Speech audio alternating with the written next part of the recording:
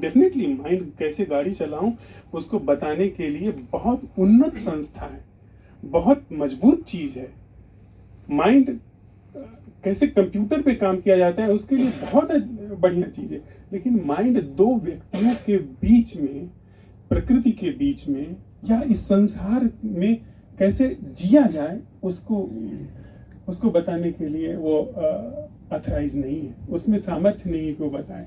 लेकिन हमारी कंडीशनिंग ऐसी हुई है कि हम उसी की तरफ ताकते हैं, हमारा ढंग उसी की तरफ देखता है कि कैसे, तो फिर वो जैसे बताता है हम वैसे करते हैं। इतनी चीज अगर हम अपने से कहें कि जीवन का कोई कैसे ढंग नहीं होता है, कैसे हमेशा माइंड को लेकर के आता है, कैसे हमेशा एक बिचौलियों को लेकर के आता है, कैसे मतलब बिचौलिया जो तरीका बताता है, अगर वो निकाल दें और वो कहें कि मुझे उत्तर नहीं चाहिए, उत्तर कैसे ही तो है ना कि कैसे नहीं चाहिए, तो धीरे धीरे आप पाएंगे कि एक्चुअल में सच जो है वो उपलब्धि है। पुराने लोग कहते थे ना कि सत्य उपलब्धि ही है, मिथ्या से भ्रम होना है, मिथ्या से भ्रम टूटना है।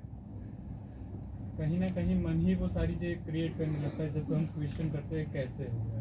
हाँ, तो आप देखिए, ये अगर आप पुराने स्क्रिप्चर्स में जाएं, जो पहली ही बात अष्टावक्र जनक से कहते हैं, वो कहते हैं कि जनक तेरी एकमात्र ना समझी है कि तू समाधि का अनुष्ठान करता है।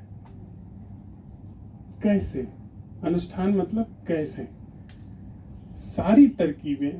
अब ध्यान जब आप कहेंगे कैसे ध्यान करें तो फिर आप फंसेंगे, आप तरकीब खोज रहे हैं। सारी तरकीबों का अंत शायद ध्यान को अवसर दे सकता है।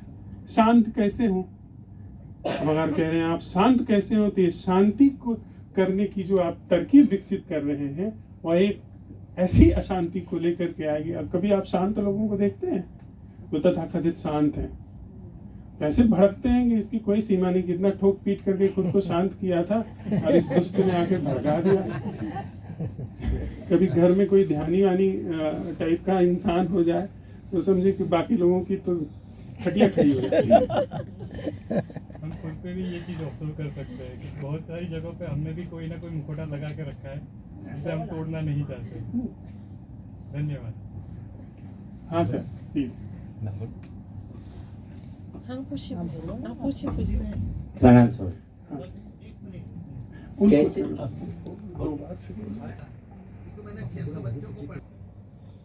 वो तो आप बात ठीक ही कह रहे हैं कि हारे को हरि नाम, यद्यपि उसका अर्थ कुछ और होता है। जब सब कुछ कर लेते हैं तो जो बची खुची ऊर्जा है, अब कुछ नहीं कर पा रहे हैं तो अध्यात्म कर रहे हैं। अध्यात्म ऐसा नहीं है। अध्यात्म वो देह के युवा और वृद्ध की बात मैं नहीं कर रहा हूँ, बहुत युवा चित्त का, जो कंटेमिनेटेड नहीं होता है, जो प्रभावित नहीं होता है किसी से, जो जज नहीं करता है किसी घटना को, जो ऑब्जर्व करता है, वो युवा चित्त है। जो कंडेम नहीं करता, जो जस्टिफाई नहीं करता है, जो देखने में समर्थ है, वो इंटेलिजेंट या युवा चित्त होता है। तो उसका संदर्भ लेकर के अगर हम देखें तो what is life after death, before asking that question, is it not a relevant question? What is life before death?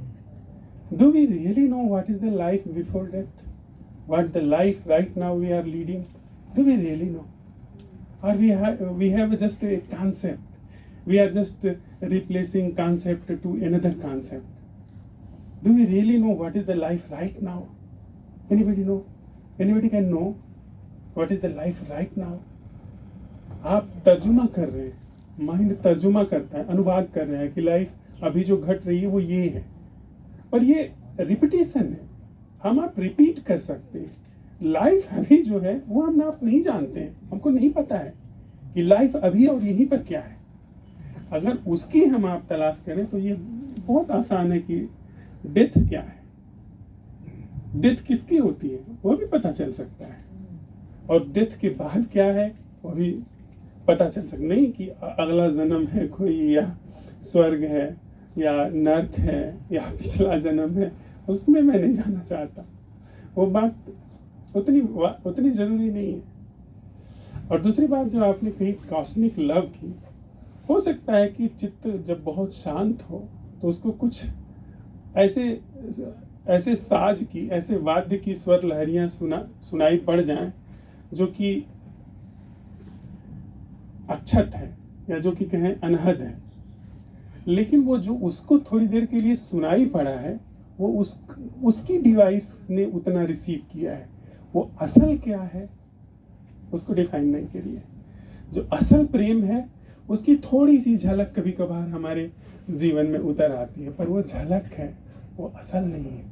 असल के लिए शायद आपको पूरा का पूरा खुद को स्वाहा करना पड़ेगा। अपने को जरा सा भी अगर हम बचाएंगे तो शायद वह जिसे प्रेम कहते हैं उसे अवसर नहीं मिल पाएगा। जी हाँ सर। सर, जीवन में हम सदा इनसिक्योरिटी से जीते हैं, भय से जीते हैं, तो और भय की वजह से ही हम मंदिर जाते हैं। सर आप गौर करें तो पाएंगे कि भय किसी अनजाने का नहीं होता है। क्या होगा? भय हमेशा जाने पहचाने के छूटने का होता है। जो हम जानते हैं, जो हमारे पास है, वो कहीं बिखर न जाए, उसका भय होता है।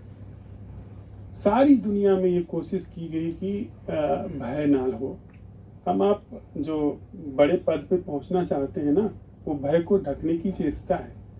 जब आप अपने को किसी बाहरी चीज से विभूषित करना चाहते हैं, अलंकृत करना चाहते हैं, तो भय को जरा लीपापोती करने की चेष्टा है। किसी अनुभव से, किसी रैंक से, किसी संपत्ति से, किसी समृद्धि से अगर हम अपने को भरना चाहते हैं, ज्ञान से भरना चाहते हैं, तो भय को ढकने की चेष्टा है, जो कि संभव नहीं। अर्थात जो भी चीज लिमिटेड है वह चीज हमेशा अपने साथ भय को लेकर के आएगी। हमारे पास जो ज्ञान है, हमारे पास जो अनुभव है, हमारा जो होना है, अनकॉन्शियसली यह जाना समझा जाता है, जिसको हमने जीवन समझा हुआ कि यहाँ से मैं शुरू हुआ, ये इकट्ठा किया, ये मेरी बिलोंगिंग्स हैं और ये कहीं खत्म ना हो जाए, ये कहीं समाप्त न हो जाए, उसका भय। अगर हमारी थाती, हमारी संपदा, हमारी लाइफ, हमारे जीवन का फाउंडेशन वो नोन है, वो संकलित किया गया है, संचित किया गया है, भय डेफिनेटली रहेगा। उसके जीवन में भय नहीं हो सकता है जिसकी संपदा ज्ञात नहीं है, जिसकी संपदा अज्ञात नहीं है, जिसका जीवन अज्ञेय की धारा में बह पड़ा है, उसको भय नहीं होता है। कबीर कहते हैं, जाका कछु न चाहिए सोई साहम साह, चाह गई चिंता मिटी मनुआ बेपरवाह।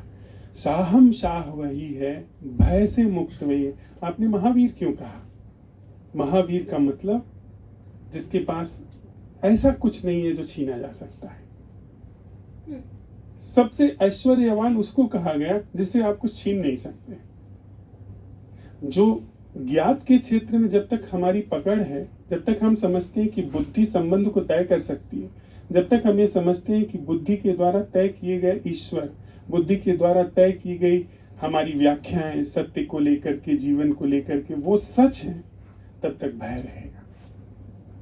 हाँ, आप यह समझ लेते हैं अच्छी तरीके से, भली भांत समझ लेते हैं कि जो बुद्धि के द्वारा तय किया जा रहा है वो सच नहीं है, भय जड़मूल से समाप्त हो जाएगा।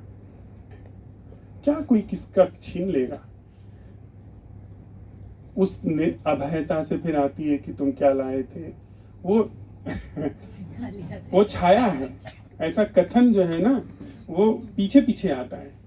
उसके पहले ये है कि जो ज्ञात है वो जीवन नहीं है। तो संचित कर सकते हैं आप, जो पकड़ सकता हूं मैं वो असल नहीं है, मैं सिर्फ अब बनावटी पकड़ सकता हूं। तो जी प्रणाम। मेरे तो बहुत सारे सवाल है, लेकिन एक कॉमन क्वेश्चन ही आता है कि मनुष्य जन्म हमने लिया, संबंधों में जब हम पैदा हुए तब तक तो हमें पता नहीं था कौन हमारे माँ बाप हैं, लेकिन हमें बताया गया कि ये मम्मी है, ये पापा है। बड़े हुए, भाई बहन, बीवी बच्चे, ये सब संबंध बने।